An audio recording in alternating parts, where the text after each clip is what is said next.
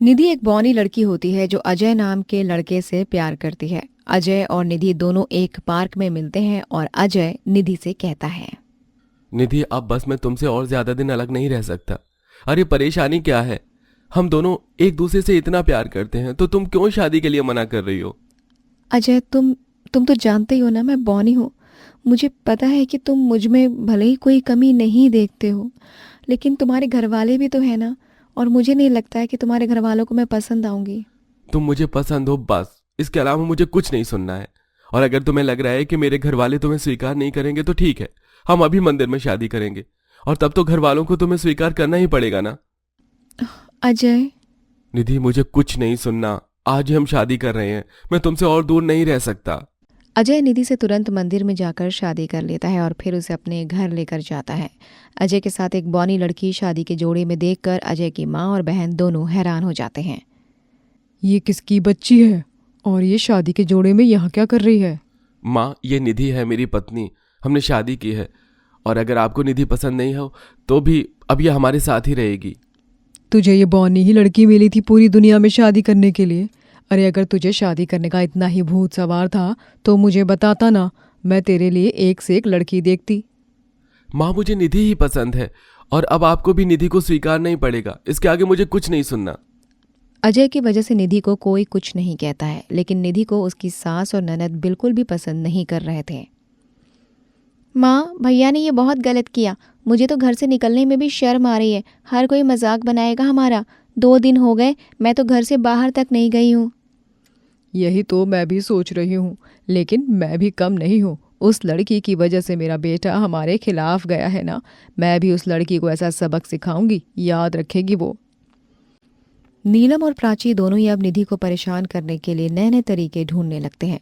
कुछ दिनों बाद निधि रसोई में उछलते हुए नमक का डब्बा उतार रही होती है। ओह, ये डिब्बा इतनी ऊपर क्यों है? स्टूल भी आ नहीं है। अब मैं इसे कैसे उतारूं?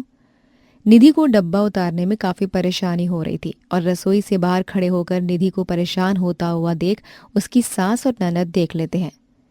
अरे जब हमारी बौनी बहू आई है तब तो हमें कुछ करना ही नहीं है इसको सबक सिखाने के लिए। हाँ। माँ, मैं कुछ समझी नहीं, आप क्या कहना चाहती हो? तू भी ना प्राची, बिल्कुल भी समझदार नहीं है। अरे खुद देखना इस बौनी बहू को कैसे उछल उछल के सामान उतारना पड़ रहा है। और अगर हम घर में हर सामान को ऊंचाई पे रखने लगे तब तो इसके लिए बिना कुछ किए ही मुसीबत हो जाएगी। बौनी है, सुबह से रात उछलती रहेगी। अरे हाँ माँ, ये तो कितना सही रहेगा। हम ऐसे ही करते हैं। नीलम और प्राची अब दोनों मिलकर घर की सभी ज़रूरतों का सामान, रसोई में मसालों के डब्बे या फिर निधि की अलमारी, सब कुछ थोड़ा ऊंचाई पर बनवा देती हैं। ये सब देखकर निधि काफ़ी ज़्यादा परेशान हो जाती है। हे भगवान, माजी और प्राची ने तो कुछ ही दिन में घर का पूरा नक्शा ही बदल दिया। लेकिन अब मुझे खुद ही बिना अजय की मदद से माजी और प्राची का दिल जीतना होगा। मैं बार बार अजय को ऐसे घर के मामलों में नहीं घसीट सकती। निधि भी अब अपनी सास और ननद का दिल जीतने की पूरी कोशिश करने लगती है। कुछ दिनों बाद प्राची रसोई में खड़ी होकर निधि को बुलाती है। भाभी, वो क्या है ना, मुझे चावल खाने का मन है। आप तो सुबह से कितने काम कर रही हैं, तो आप थक गई होंगी, इसीलिए मैंने सोचा कि मैं खुद ही चावल बना लेती हूँ। तो फिर मुझे रसोई में क्यों बुलाया? कुछ और काम था क्या? हाँ, काम तो है ही। वो क्या है ना भाभी, मेरे पैरों में ज़रा दर्द हो रहा है, तो आप ही उछल कर ज़रा चावल का डब्बा उतार दो ना। अ- अ, ठीक है, मैं चावल का डब्बा उतार देती हूँ। निधि उछल उछल कर डब्बा उतारने की कोशिश करने लगती है और ऐसे में ही निधि को काफ़ी समय लग जाता है। अरे भाभी, एक काम बोला है आपसे, उसमें भी इतना समय लगा रही हो। थोड़ा जल्दी करो ना, मुझे भूख लग रही है। बौनी हो इसीलिए इतना टाइम लगा रही हो ना। ऐसे ही अक्सर प्राची और नीलम दोनों मिलकर निधि को परेशान करते रहते हैं। कुछ दिनों बाद नीलम और उसकी पड़ोसन राधिका दोनों बात कर रहे होते हैं। निधि चाय लेकर आती है। निधि बहू, तेरी आंखें हैं फिर भी तुझे दिखाई नहीं देता क्या? माँ जी, आप क्या कह रही हैं? तुझे, अरे तुझे घर नहीं दिख रहा है क्या? इतने जाले लगे हुए हैं। वैसे तो तू इस घर की बहू बनती है, लेकिन घर को साफ रखने में हमेशा ही काम चोरी करती रहती है। माँ जी, अभी मैं थोड़ी देर में जाले साफ कर दूंगी। थोड़ी देर में क्यों भाई? जो काम अभी बोला गया है उसे अभी करने में क्या तुझे शर्म आ रही है? चल जल्दी से जाले साफ कर। निधि स्टूल लेकर जाले साफ कर रही होती है और स्टूल बार बार हिल रहा होता है। भगवान, बस मैं स्टूल से ना गिर जाऊं, वैसे भी मुझे बहुत डर लग रहा है। निधि को ऐसे परेशान देखकर नीलम काफी खुश हो रही थी। राधिका, देख रही हो ना मेरी बौनी बहू को, कभी उछलकर जाले साफ कर रही है तो कभी डंडे से, जो कि बार बार गिर रहा है। देख लो मेरी बौनी बहू का कमाल। कुछ भी कहो, बौनी बहू की वजह से हंसी तो बहुत आती होगी, तुम्हारा तभी खून इतना बढ़ रहा है। अजय अब घर में वापस से बदलाव करता है और इस बार घर का बदलाव बौनी बहू के हिसाब से होता है। दरवाजे छोटे, घर की हर चीज काफी नीचे थी। माँ, भैया ने ये क्या कर दिया? मैं अपने कमरे में जब भी जा रही हूँ तो कभी मेरे कमर पर लग रही है तो कभी सर पर लग रही है। मैं अपनी कमर पकड़े हुए क्यों हूँ? तुझे क्या ये दिखाई नहीं दे रहा? अरे मेरी कमर में भी इसी वजह से दर्द हो रहा है। हर काम झुक कर करना पड़ रहा है, कमरे में भी झुक कर जाना पड़ रहा है। तो भैया को कुछ बोलो ना। आने दे तेरे भाई को घर पर, बात करती हूँ मैं उससे। शाम के समय अजय ऑफिस से घर जाता है और सामने उसकी बहन, माँ और पत्नी थी। क्या हुआ? तूने घर का नक्शा क्यों बदल दिया? तुझे पता भी है सुबह से झुक झुक कर मेरी कमर दर्द हो गई। और आपने कभी सोचा निधि को परेशान करने से पहले घर की रैक, अलमारी सबको ऊंचाई पर करवा दिया। हर एक किसी की कमी का मजाक उड़ाना कब से ठीक हो गया। अब जब आप निधि की जगह आई तो समझ आया कि निधि को कितनी परेशानियों का सामना करना पड़ता है। आपका एक दिन में ये हाल हो गया। निधि कब से आपकी सुन रही थी। अजय की बात सुनकर सास और ननद दोनों चुप हो जाते हैं और उसी समय बौनी बहू को और उसकी रसोई को स्वीकार कर लेते हैं। पायल की शादी शहर में होती है। पायल की सास सरोज और ननद कोमल उसको घर दिखाने लगते हैं। माँ जी, घर तो कितना बड़ा है, कमरे में कितने सारे हैं कमरे। हाँ बहू, और अब ये तेरा ही घर है। वैसे घर तो पूरा देख ही लिया। चल अब मैं तुझे तेरे कमरे में लेकर चलती हूँ। अपने कमरे में जाकर थोड़ा आराम कर लियो, थक भी गई है ना तू काफी। हाँ, ये तो सही कहा माँ जी आपने, थकान तो बहुत हो रही है। कोमल, जा जरा बहू को उसके कमरे में लेकर जा। ठीक है माँ। कोमल अपनी भाभी को उसके कमरे में लेकर जाती है। अगली सुबह पायल पहली रसोई की रस्म के लिए रसोई में जाती है और रसोई देखकर पायल काफी हैरान हो जाती है। ये क्या? अरे ये रसोई है, इस बंधी हुई रसोई में कोई खाना कैसे बना सकता है? ना बाबा ना, मुझसे तो यहाँ खाना नहीं बनाया जाएगा और ना ही मैं यहाँ खाना बना रही हूँ। मैं तो जा रही हूँ छत पर खाना बनाऊंगी। पायल को मॉडर्न रसोई बिल्कुल भी पसंद नहीं आती है और वो उसी समय बर्तन लेकर छत पर चली जाती है। यहाँ पर ईंट तो पहले से ही है, अब ईंट को जोड़कर ही मैं चूल्हा बनाती हूँ और फिर छत पर ही ऐसे हर रोज खाना बनाया करूंगी। यहाँ पर कितनी जगह है, सब बहुत ही अच्छे से हो जाएगा। पायल अब छत पर ही मिट्टी का चूल्हा बनाती है और छत पर ही खाना बनाना शुरू कर देती है। कुछ देर बाद पायल के ससुराल वाले भी उठ जाते हैं। अरे अमन, बहू कहाँ है? सुबह से दिखी नहीं। हाँ माँ, मैं तो रसोई में भी देखकर आ गई। मुझे लगा आज भाभी की पहली रसोई की रस्म है तो वो रसोई में ही होंगी, लेकिन भाभी तो रसोई में भी नहीं है। माँ सुबह जल्दी तो उठ गई थी पायल, उसने मुझे भी उठाया था, लेकिन मुझे काफी नींद आ रही थी इसलिए मैं उठा नहीं। लेकिन मुझे नहीं पता कि पायल कहाँ है। तभी अमन का छोटा भाई अरुण आता है। माँ, भाभी छत पर खाना बना रही हैं। आपने कहा है क्या भाभी को छत पर खाना बनाने के लिए? क्या छत पर खाना? चलो तो जरा छत पर। सब लोग छत पर जाते हैं तो छत की शक्ल ही बिगड़ चुकी होती है। सब काफी दंग रह जाते हैं छत का ऐसा हाल देखकर। माँ, हमने छत को इतने अच्छे से बनाया था, घास वाली कारपेट थी, पौधे, झूला सब लगाया था। मोहल्ले में सबको हमारी ही छत अच्छी लगती थी, लेकिन भाभी ने तो सबसे खराब हमारी छत कर दी। भाभी, आपने ये क्या किया छत का हाल? अरे जब रसोई है तो आपने छत पर खाना क्यों बनाया? आप सब लोग यहाँ? अरे ननद जी, वो क्या है ना, रसोई बहुत ही बंधी हुई लग रही थी और मुझे चूल्हे पर खुले में खाना बनाने की आदत है।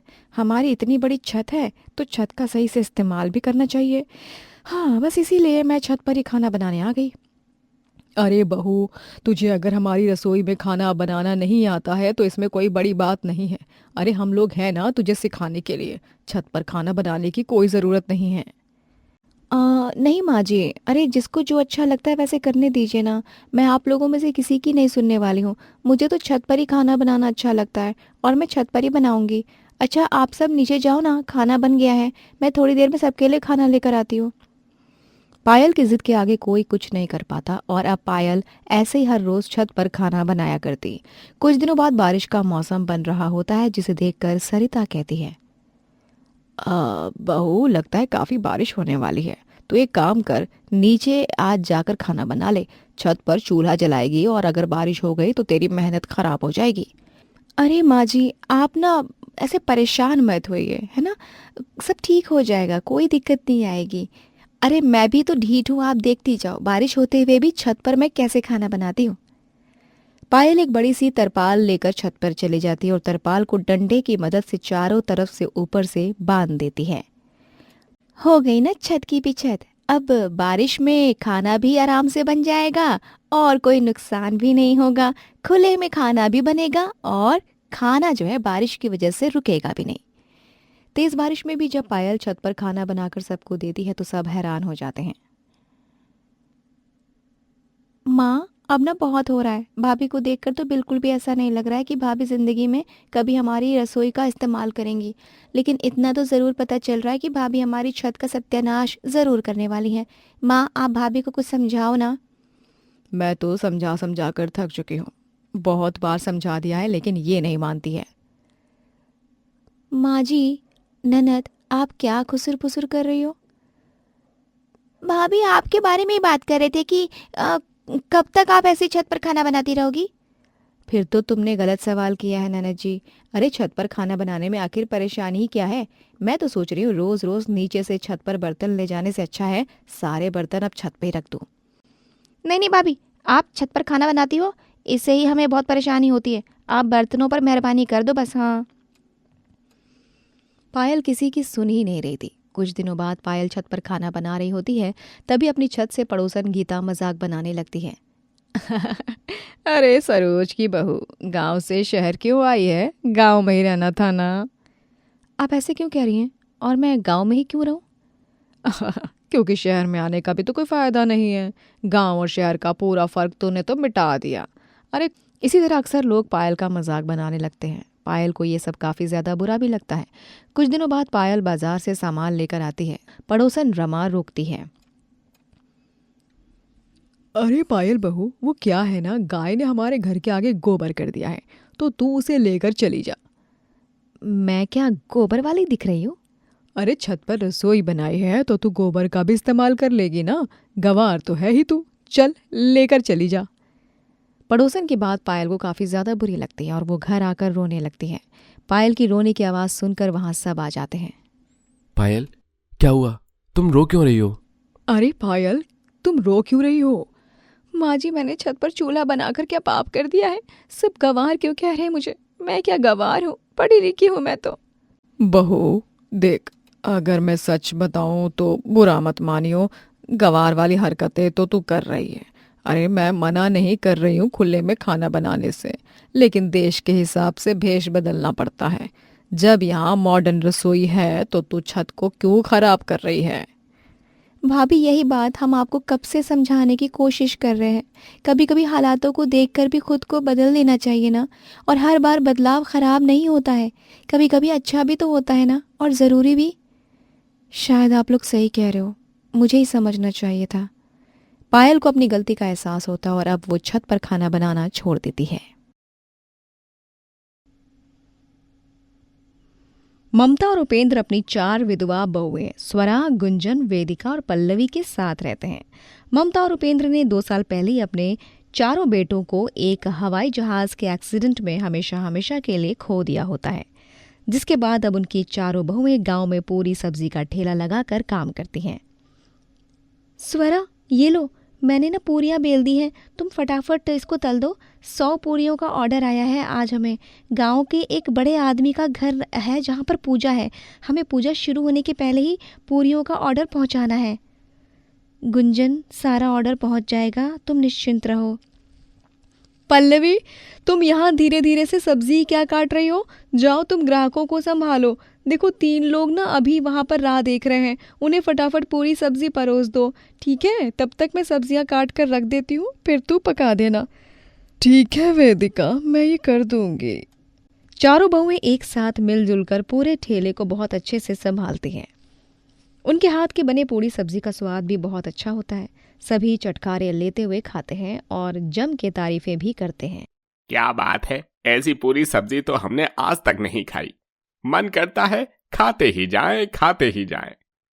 अरे वही तो। अच्छा भाभी, अगले महीने मेरी बहन की शादी है।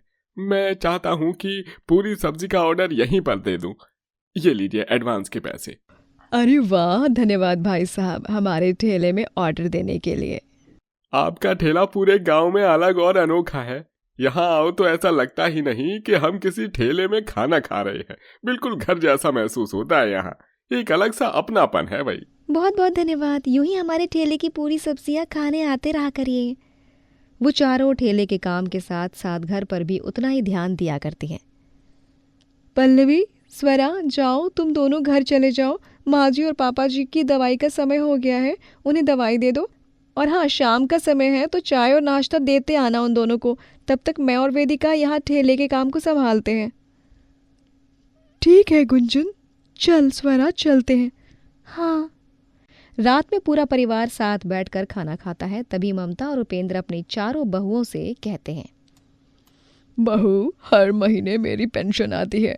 हमारे 2 घर किराए पर हैं और साथ ही मेरी 2 ज़मीनें भी हैं। देखा जाए तो हमारे पास पैसों की कमी नहीं है। भगवान जी ने हमें सब दिया है। फिर भी तुम चारों इतनी मेहनत मशक्क़त क्यों करती हो? हम आपकी चिंता समझ सकते हैं, लेकिन हम ये काम। कितने अच्छे विचार हैं हमारी बहुओं के। पतियों के जाने के बाद भी ये चारों उनसे कितना अटूट प्यार करती हैं। आजकल के ज़माने में ऐसी बहुएं, ऐसी बीवियां मिलना बहुत मुश्किल है।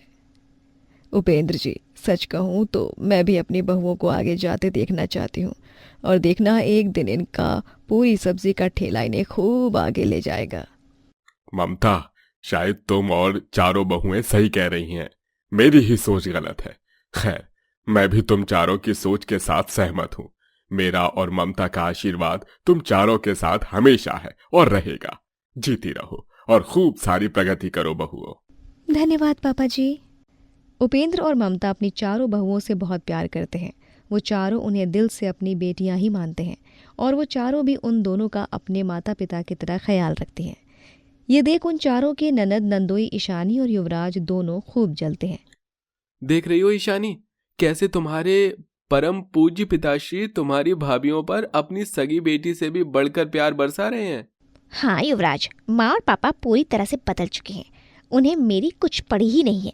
बस अपनी चारों बहुओं को ही बेटियां बना दिया है उन दोनों ने। ईशानी, उस दिन जब मैं पापा जी से मिलने गया था, तभी वो माँ जी के साथ बात कर रहे थे। वो भी अपनी जायदाद अपनी चारों बहुओं के नाम करने के बारे में। क्या? ये तुम क्या कह रहे हो युवराज? सच कह रहा हूँ ईशानी। नहीं, ऐसा बिल्कुल नहीं हो सकता। वो जायदाद मेरे नाम होनी चाहिए, उन चारों के नाम पर नहीं। तो अब क्या करोगी? मैं जानती हूँ कि अब मुझे क्या करना है। मैं उन चारों को माँ और पापा की नज़रों में इतना गलत साबित कर दूंगी कि माँ और पापा उन्हें धक्के मारकर घर से बाहर, अपने दिलों से, घर से, हर जगह से बेघर कर देंगे। क्या? ईशानी अब ममता और उपेंद्र से मिलने जाती है और उन्हें चारों बहुओं के खिलाफ भड़काना शुरू करती है। ये तो क्या कह रही है ईशानी? नहीं, ये सरासर झूठ है। नहीं माँ, यही सच है। आप चारों की लाडली बहुएं ना बाहर जाकर आपके बेटों का सपना पूरा नहीं कर रही हैं, बल्कि अपने नए आशिकों से चक्कर चला रही हैं। आपकी कसम, मैं झूठ क्यों बोलूंगी? क्या इसका मतलब ये है कि हमारी बहुएं हमसे झूठ कह रही थी? वो बस अच्छा बनने के नाटक कर रही थी। हाँ पापा, मैंने अपनी आंखों से देखा है उन चारों को अपने आशिकों से पार्क में गुलछर्रे उड़ाते हुए। मुझे भी बहुत दुख हुआ। न जाने क्या बीत रही होगी मेरे चारों स्वर्गवासी भाइयों के दिलों पर। माँ, पापा, वो चारों आप लोगों को भी धोखा दे रहे हैं। समय रहते ही वो किसी दिन आप दोनों को भी अकेला छोड़कर भाग जाएंगी। क्या? लेकिन ईशानी, मुझे विश्वास नहीं हो पा रहा इस बात पर। जानती हूँ माँ, ये बात तो विश्वास करने जैसी है ही नहीं। पर वो कहते हैं ना, जो जैसा दिखता है ना वो वैसा होता नहीं है। समय रहते ही उन चारों को अपनी ज़िंदगी से निकाल दो। आप दोनों तो उनके नाम पर सब कुछ करने की फिराक में हो। भूल कर भी ये गलती मत करना, वरना वो चारों आपका सब कुछ लूट कर अपने ऊपर बस यूं ही बोझा हटाकर बस उस माँ वाली आशिकों के साथ फुर हो जाएंगी। हाँ। हे भगवान, ये बहुत गलत किया उन चारों ने हमारे साथ, बहुत गलत। ममता और उपेंद्र ईशानी की बात को सच मान लेते हैं और रात में जब चारों बहुएं ठेला बंद करके घर की ओर लौटती हैं, तभी वो अपना सारा सामान बाहर फेंका हुआ देखकर परेशान हो जाती हैं। उपेंद्र और ममता उन्हें खूब सुनाते हैं। ये आप दोनों क्या कह रहे हैं माँ जी, पापा जी? हमारा बाहर कोई चक्कर नहीं चल रहा है, हम आपको कोई धोखा नहीं दे रहे हैं। हाँ माँ जी, पापा जी, हम पर भरोसा कीजिए। चुप हो जाओ तुम चारों। अब तुम लोगों की हमारे घर में कोई जिंदगी, कोई जरूरत नहीं है, कोई जगह नहीं है। चले जाओ यहाँ से।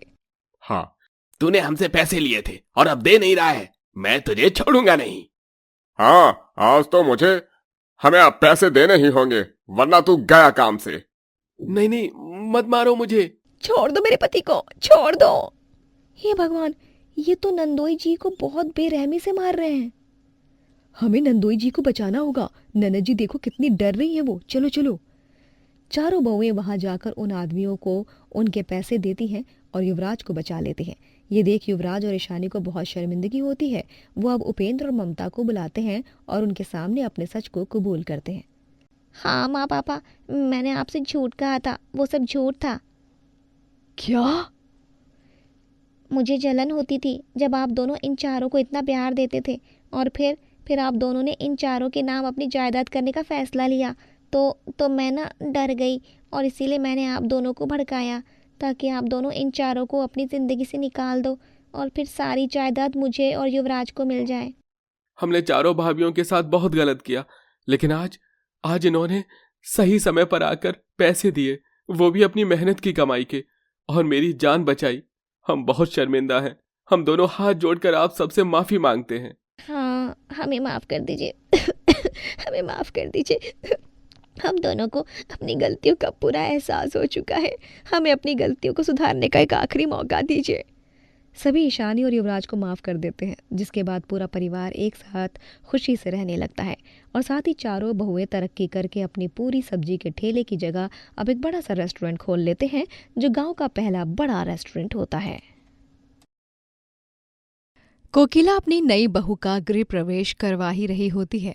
वहां कोकिला के आस पड़ोस की औरतें भी मौजूद होती हैं। बहू, इस कलश को गिराकर अंदर आ जाओ। कोकिला की बात सुनकर कोकिला की नई नवेली बहू सुमन कलश को फुटबॉल बना देती है और वो कलश जाकर सीधे आंगन में बैठे चाय पी रहे सुमन के ससुर शंकर को जाकर लगती है। अरे बाप रे, किसकी फूटी? अरे बुढ़े का सर फोड़ दिया बहू ने तो आते ही। बहू, तुझे कलश गिराने को कहा था, उड़ाने को नहीं। इसे कहते हैं पहली बॉल पर पहला चौका। अब तो घर में तेरे ऐसे चौके छक्के लगते रहेंगे। क्या कर रही हो सुमन? पापा का सिर फोड़ दिया तुमने। क्या करती? मुझे कहा गया कि कलश को मारो तो मैंने लात मार दी। कोकिला अब अपनी बहू को घर में लेकर आती है और उसे उसका कमरा दिखाती है, लेकिन कोकिला अपनी बहू के स्वागत से थोड़ी सी परेशान हो गई थी कि उसने अपने बेटे के लिए सही बहू चुनी भी है या नहीं। अजी, आप ठीक तो है ना? मुझे तो लगता है अब मेरे उल्टे दिन शुरू हो गए हैं। मैंने तो पहले ही मना किया था, थोड़ा देख परख लो लड़की को। अरे मैं ठीक हूँ, अपना मुंह बंद रखो, नाते रिश्तेदार क्या कहेंगे। सुमन के स्वागत से ही सारे घर वाले डरे होते हैं। वहीं दूसरे दिन रसोई की रस्म में सुमन को छोले भटूरे बनाने के लिए कहा जाता है। आज तेरी पहली रसोई की रस्म है तो तू खाने में छोले भटूरे बना ले। अरे जरा बहू से पूछ लो, उसे खाना बनाना आता भी है या नहीं। पूछना क्या है? याद नहीं, जब हम बहू को देखने गए थे तो बहू ने कितने लजीज पकवान बनाकर रखे थे, जलेबी, समोसा, लड्डू और न जाने क्या क्या। अब सुमन अपनी सास की बात सुनकर किचन में जाकर खाना बनाती है और कुछ देर बाद ही वो सभी के लिए गर्मा गर्म छोले भटूरे खाने के लिए लगा देती है और सभी एक साथ खाने के लिए बैठते हैं। कैसा बनाया है बहू ने छोला भटूरा? क्या हुआ, मुंह क्यों बना रही हो तुम? खाकर देखो, खुद तारीफ करने का मन करेगा तुम्हारा। शंकर जैसे ही पहला निवाला मुंह में डालता है, वो उस निवाले को उगल देता है और खांसने लगता है। अरे क्या हुआ आप दोनों को? कितने अच्छे फूले फूले भटूरे तो बने हैं। रुको मैं ही खाकर बताता हूँ। बिरजू भी जैसे ही छोले भटूरे खाता है वो भी समझ जाता है कि छोले भटूरे तो बस नाम के हैं, ना तो छोले में मिर्च नमक था और ना ही भटूरे में कोई स्वाद। मुझे पता नहीं था बहू तू इतना गंदा खाना बना लेती है, हैं? और जब उस दिन हम तुझे देखने गए थे तो वो सब किसने बनाया था? वो मम्मी ने बनाया था। इसका मतलब तेरी माँ भी हमें धोखा देती रही। वाह, क्या बात है। कोई बात नहीं बहू, कोकिला तुझे खाना बनाना सिखा देगी। क्यों नहीं, मैं तो मास्टर शेफ हूँ। अब पूरी जिंदगी से खाना बनाना ही सिखाती रहूंगी तो इसे ब्याह कर यहाँ लाया क्यों था? अपने ससुराल वालों के मुंह से खुद के खाने की बुराई सुनकर सुमन की आंखों में झरझर आंसू बहने लगते हैं और वो रोते हुए अपने कमरे में चली जाती है। अब पीछे से बिरजू सुमन को मनाने पहुंचता है। माँ जी बिल्कुल ठीक कह रही हैं, मुझे खाना बनाना नहीं आता। कोई बात नहीं, तुम सीख लेना। क्या हुआ अगर तुम्हें खाना बनाना नहीं आता तो? बिरजू सुमन को जैसे तैसे चुप कराता है और अपनी माँ और पिता को दोबारा उसे कुछ भी ना कहने के लिए कहता है। अब अगले दिन सुमन अपनी सास के बताए अनुसार खाना बनाती है, लेकिन वो खाना भी बेहद घटिया होता है। लेकिन सभी उस खाने की खूब तारीफ करते हैं। जब सुमन उस खाने को खाने बैठती है तो वो खुद से कहती है, कल तक जो ससुराल वाले मेरी बुराई कर रहे थे, आज उन्हें ही अपने हाथों का गंदा खाना खिलाकर उनके मुंह से तारीफें निकलवा रही हूं मैं। कैसे दिन आ गए हैं, गंदा घटिया खाना खाने के बाद अपनी पत्नी की तारीफ करनी पड़ रही है। साथ साथ मेरे माँ बाप भी इसके गुणगान गाने को मजबूर हैं। अगर वो ऐसा ना करें तो ये तो मरने की धमकी देती रहती है। चुल्लू भर पानी में डूब कर मर जाऊंगी या किसी समुद्र में छलांग लगा दूंगी। हे भगवान। पूरा घर सुमन के हाथों का बना खाकर परेशान था, क्योंकि सुमन के हाथों में बिल्कुल भी स्वाद नहीं था, बल्कि उसे कोकिला अच्छे से खाना बनाना बता रही थी। तब भी वो अच्छे से खाना सीख नहीं पा रही थी और ना ही बना पा रही थी। एक रोज सुमन के घर उसकी माँ उमा आती है। माँ, अच्छा हुआ आप आ गई, मैं आपको काफ़ी समय से बहुत मिस कर रही थी। मुझे भी तेरी बहुत याद आ रही थी, तभी तो मैं तुझे मिलने चली आई। उमा कोकिला और उसके परिवार से घुल मिल जाती है। देर शाम सुमन सबके लिए खाना बनाती है। सभी उस खाने को खाकर सुमन की खूब तारीफ करते हैं, लेकिन उमा को उस खाने में ज़रा भी स्वाद नहीं आता। समधन जी, सचमुच आपको ये खाना पसंद आ रहा है, लेकिन इस खाने में तो स्वाद बिल्कुल भी नहीं है। समधन जी आपको सारी बातें बताऊंगी, फिलहाल तो आप भी खाना खाकर अपनी बेटी की तारीफ कर दें तो ठीक रहेगा। अब कोकिला अपनी समधन उमा को सारी बातें बता देती है और उमा अब अपनी बेटी को सबक सिखाने का मन बनाती है। क्या बात है बेटी, तू तो खाना बनाना सीख गई है। मैंने तो सोचा था तू अपनी आदतों से बाज नहीं आएगी। सचमुच आपको खाना पसंद आया माँ? बिल्कुल बिल्कुल, बहुत अच्छा खाना बनाया तूने। अब अगली सुबह जब सुमन खाना बनाने किचन में जाती है, तभी वहाँ कोकिला और उमा पहुँचती हैं और सुमन को किचन से जाने के लिए कहती हैं, क्योंकि आज खाना उमा और कोकिला बनाने वाले थे। क्या बात है, आज सूरज लगता है पश्चिम से निकला है।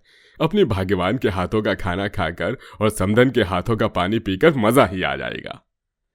पिताजी जरा कंट्रोल कीजिए, यहाँ और भी लोग बैठे हैं। मैं तो बस तारीफ कर रहा था। अब उमा और कोकिला खाना बनाती हैं और कुछ देर बाद दोनों सभी को खाना टेबल पर लगा देती हैं। उसमें सुमन भी शामिल थी। और जब सब खाना खाते हैं तो किसी को भी खाना पसंद नहीं आता और सबसे पहले सुमन चिल्लाकर अपनी माँ से कहती है, माँ, आप इतना गंदा खाना तो कभी नहीं बनाती थी, तो आज आपके हाथों को क्या हुआ है जो ऐसा खाना बनाया आपने? क्यों, तुझे ये खाना गंदा लग रहा है? और पिछले कई महीनों से जो तू अपने ससुराल वालों को घटिया खाना खिला रही है, उसका क्या? जिसमें नमक मिर्च स्वाद का तो पता ही नहीं है, और ऊपर से तो उन्हें ब्लैकमेल भी तू कर रही है कि अगर उन्होंने तेरे खाने की बुराई की तो तू अपनी जान दे देगी। माँ, मुझसे गलती हो गई। मुझे आज एहसास हुआ कि पिछले कुछ महीनों से ये कैसा खाना खा रहे हैं। मैंने तो सोचा था तू ससुराल जाकर सुधर जाएगी। तेरी सास ने भी तुझे खाना बनाना सिखा दिया, लेकिन तू अपनी हरकतों से बाज नहीं आई। तू ये खाना इसलिए बना रही थी ना ताकि तुझे कोई खाना बनाने के लिए ना कहे, लेकिन तेरी सास ने मुझे दूसरे दिन ही बता दिया था कि तू चाहती क्या है। बहू, हम तो बस तेरी खुशी के लिए खाना खाते रहे, लेकिन तूने भी इसका बहुत फ़ायदा उठाया। हमें दिन ब दिन ऐसा खाना खिलाती रही जो हमारे गले से नीचे उतर ही नहीं रहा था। मुझे तो बहू के हाथों का खाना खाकर लिवर किडनी की बीमारी हो गई है। पेट में इतना दर्द होता है कि क्या बताऊं समधन जी। अगर तू अब भी नहीं सुधरना चाहती तो तेरा इस घर में रहने का कोई मतलब नहीं है।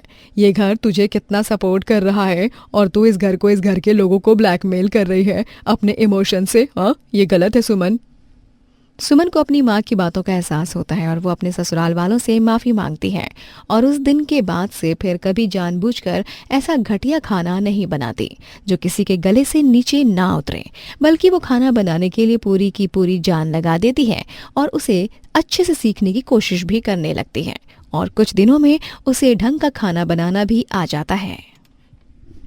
नेहा अपने परिवार के साथ एक छोटे से घर में रहती है। नेहा सुबह सुबह सबके लिए खाना बनाती है। ये देखकर नेहा की माँ राधा कहती है, अरे वाह, आज फिर तूने सुबह सुबह सबके लिए खाना बना दिया।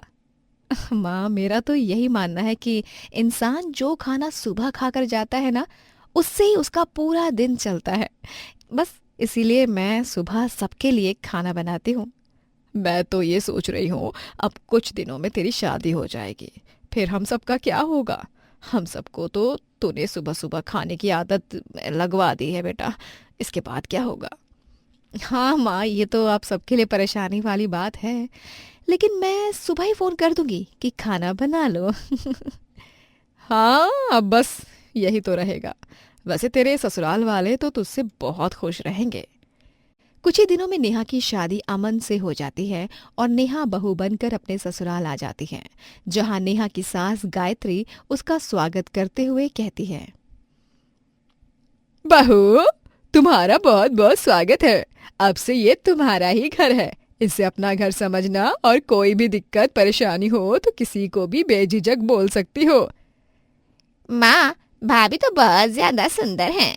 भैया, आप तो बहुत खुशकिस्मत हो। हाँ हाँ, ये तो तुमने बिल्कुल सही कहा, लेकिन मैं भी कुछ बुरा नहीं लगता हूँ, मैं भी काफी अच्छा लगता हूँ। क्यों माँ, मैं सही कह रहा हूँ ना? अरे तुम दोनों ही बहुत अच्छे लगते हो। अच्छा रचना बहू, अब थक गई होगी, तू ना उससे ज्यादा बातों में मत लगा। उसे उसके कमरे में ले जाकर बहू थोड़ा सा आराम कर लेगी ना, तो तू उसे ले जा। कल बहू को सुबह सुबह उसकी पहली रसोई की रस्म भी तो करनी है ना। बहू, पता तो है ना तुझे अपनी पहली रसोई की रस्म के बारे में? जी माँ जी, मुझे अपनी पहली रसोई की रस्म के बारे में पता है। आप चिंता मत कीजिए, कल मैं सबके लिए कुछ खास नाश्ता बनाऊंगी। नेहा अपने कमरे में आराम करने चली जाती है और अगली सुबह नेहा जल्दी उठकर रसोई में जाती है। आज मेरी पहली रसोई की रस्म है। आज मैं सबके लिए मटर पुलाव, दम आलू और पूड़ियाँ बनाती हूँ। मीठे में सबके लिए मैं खीर बना दूंगी। हाँ, नेहा सबके लिए सुबह ही खाना बनाकर रख देती है, लेकिन काफी देर होने के बाद भी खाने की टेबल पर कोई नहीं आता। ये क्या, इतनी देर हो गई है, अब तक तो सबको खाने के लिए आ जाना चाहिए था। अब तक कोई भी खाना खाने क्यों नहीं आया है? एक काम करती हूँ, मैं ही जाकर सबको बोल देती हूँ। नेहा अपनी सास के कमरे में जाती है। माँ जी, खाना बन गया है, आप और पापा जी आ जाओ, खाना खा लो। क्या इतनी सुबह सुबह खाना बन भी गया? हाँ पापा जी, खाना बन गया है। सबके लिए दम आलू, मटर पुलाव, पूरियाँ और खीर बनाया है मैंने। नहीं नहीं बहू, अभी तो मैं उठाई हूँ, अभी मैं खाना नहीं खाऊंगा, दिन में ही खाऊंगा। कोई बात नहीं, माँ जी आप खा लीजिए।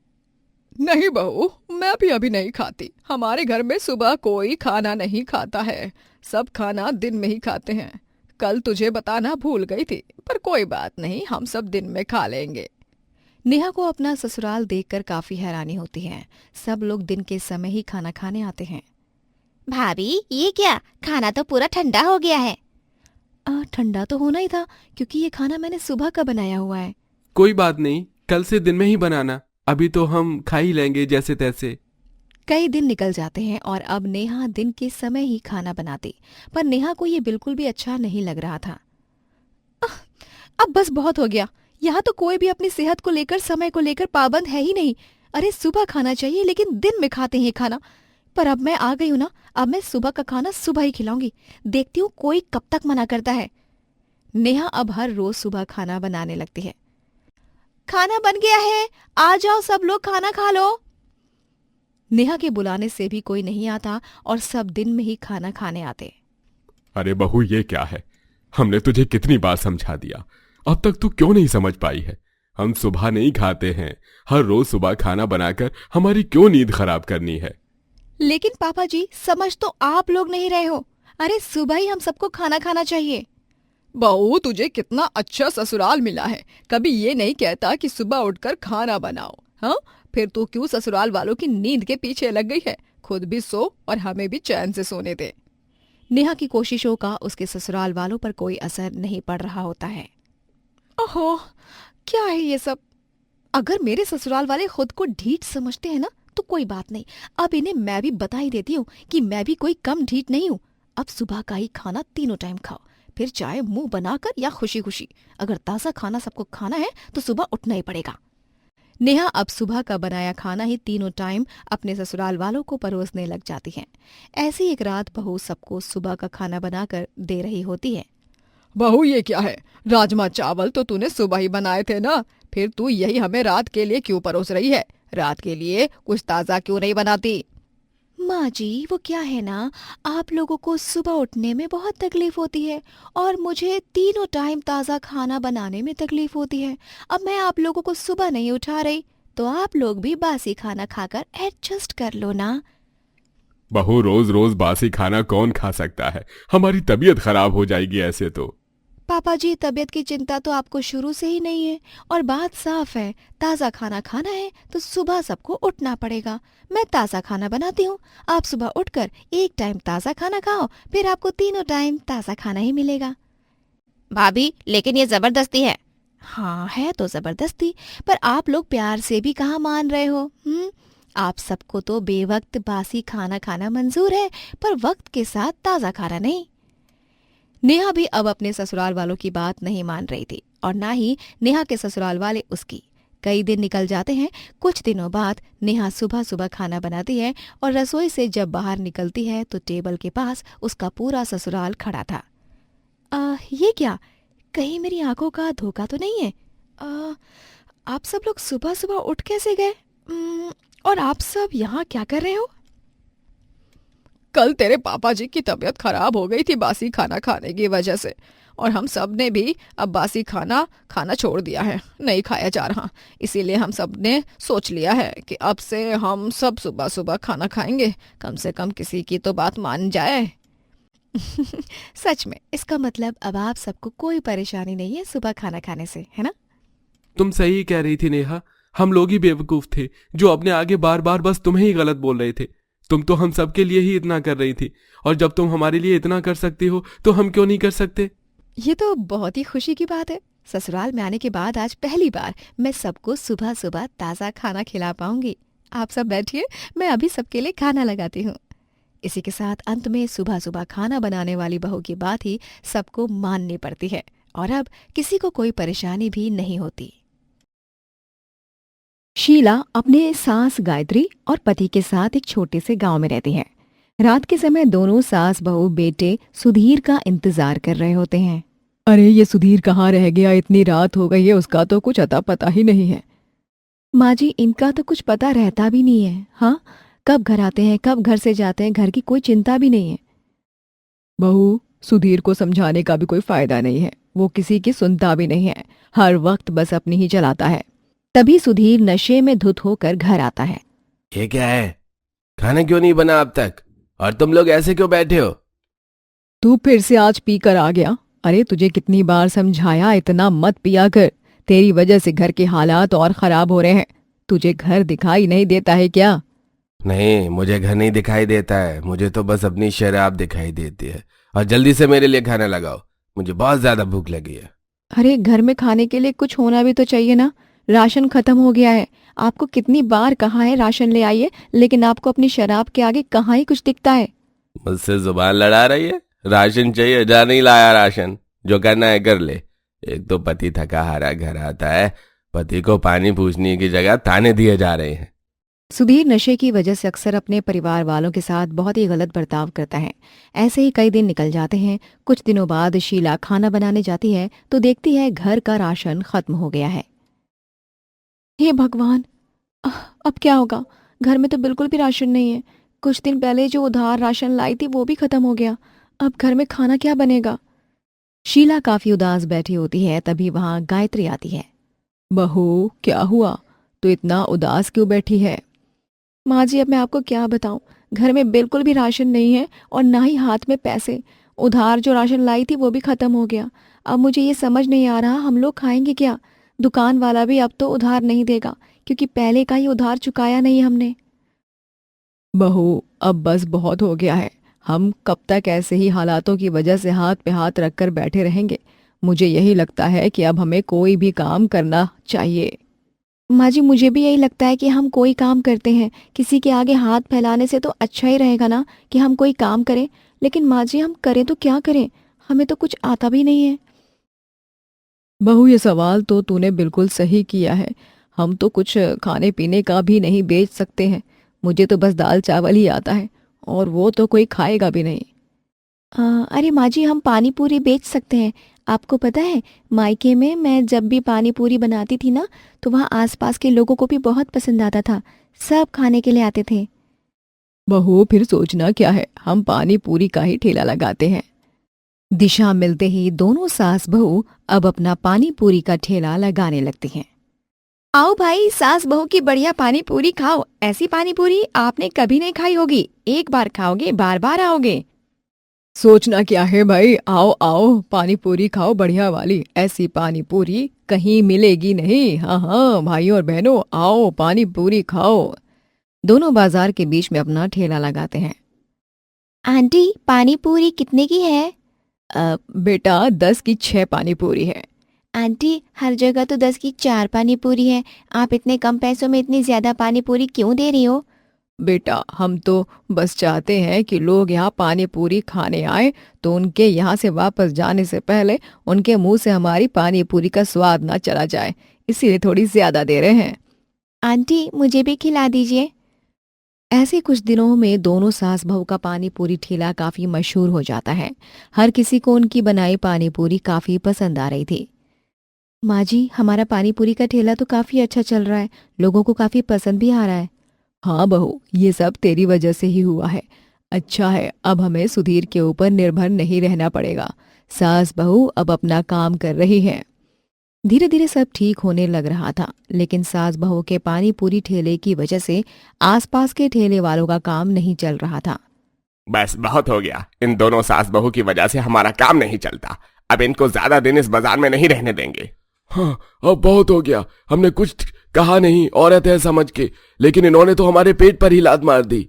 आसपास के लोगों में दोनों सास बहू के खिलाफ काफी गुस्सा था। उसी शाम सुधीर से वो आकर मिलते हैं। अरे सुधीर भाई, तुम अपनी पत्नी को कैसे संभालते हो? तुम्हारे पेट पीछे पानी पूरी बेचने के नाम पर पता नहीं क्या क्या करती रहती है। वहां हमेशा ये आदमी खड़े रहते हैं। नहीं नहीं, ये तुम कुछ भी कह रहे हो। मैं अपनी पत्नी को जानता हूँ। आपको मानना है तो मानो, अब हम झूठ थोड़े बोलेंगे। तुम्हारी पत्नी ही ऐसी है, तुम्हारी माँ भी कुछ भी नहीं कहती है। हम तो तुम्हें बता रहे थे, बस आगे तुम्हारी मर्जी। सुधीर को अब अपनी पत्नी पर शक होने लगता है। अगली सुबह सुधीर पानी पूरी के पानी में काफी पानी मिलाने लगता है। पानी पूरी का ठेला क्या लगाने लग गए ये दोनों सास बहू, खुद को समझने क्या लगे। अब देखता हूँ मैं भी कि कितने दिन तक इनका पानी पूरी का ठेला रहेगा और कब तक इनकी अकड़ रहेगी। दोनों सास बहू अपना ठेला वापस से बाजार में लेकर जाते हैं और ग्राहक को गोलगप्पे खिलाने लगते हैं। ये क्या है? हमें आपके पानी पूरी पसंद क्या आने लग गए? आप मिलावट वाली पानी पूरी खिलाने लगोगे क्या? मुझे नहीं खाने। एक दिन में कई ग्राहक ने सास बहू की पानी पूरी की बुराई की थी और ऐसे ही कई दिनों तक चलता रहता है। माँ जी, हमारे साथ क्या हो रहा है? कुछ ही दिनों में लोग हमारी पानी पूरी की इतनी ज्यादा बुराई कर रहे हैं, ऐसा क्यों? कुछ ही दिनों में हमारा काम तो लगता है बंद हो जाएगा। बहू, ये तो मुझे भी नहीं पता कि आखिर हमारे साथ हो क्या रहा है। दोनों सास बहू काफी परेशान हो जाते हैं और ऐसे ही कई दिन निकल जाते हैं। कुछ दिनों बाद सास बहू पानी पूरी बनाकर बाहर से घर आते हैं तो वो सुधीर को मिलावट करते हुए देखते हैं। अब बस कुछ दिन और, फिर इनका ठेला दिखेगा नहीं बाजार में। सुधीर को मिलावट करते हुए देखकर दोनों सास बहू समझ जाते हैं। ये मिलावट तू कर रहा था? तुझे शर्म नहीं आती अपनी ही पत्नी और माँ का काम खराब करते हुए? हाँ, खुद तो कुछ करता नहीं है और हमारा काम भी खराब कर दिया। मैंने काम खराब किया? अरे आप दोनों जो वहां कर रही थी वो क्या मुझे पता नहीं है? ठेले पर सब आदमी क्यों आते हैं मुझे सब पता है। शीला, तुम मुझसे कितना झूठ बोलोगी? मुझे सब पता चल गया है। बस बहुत हो गया, आपको किसी ने भी कुछ भी बताया और आपने मान लिया। अरे अपनी पत्नी और माँ पर जरा सा भी भरोसा नहीं है। माँ जी, अब मैं यहाँ और नहीं रह सकती। बहू, इस घर से तू अकेले नहीं जाएगी, बल्कि मैं भी जाऊंगी। घर वालों से ज्यादा बाहर वालों पर भरोसा है तो यहाँ क्यों ही रहे। मुझसे गलती हो गई, आप दोनों मुझे छोड़कर मत जाओ, मैं सब ठीक कर दूंगा। सुधीर को अपनी गलती का एहसास हो जाता है, लेकिन अब काफी देर हो जाती है। दोनों सास बहू अब दूसरे गांव में अपना पानी पूरी का ठेला लगाते हैं और वहीं रहते हैं।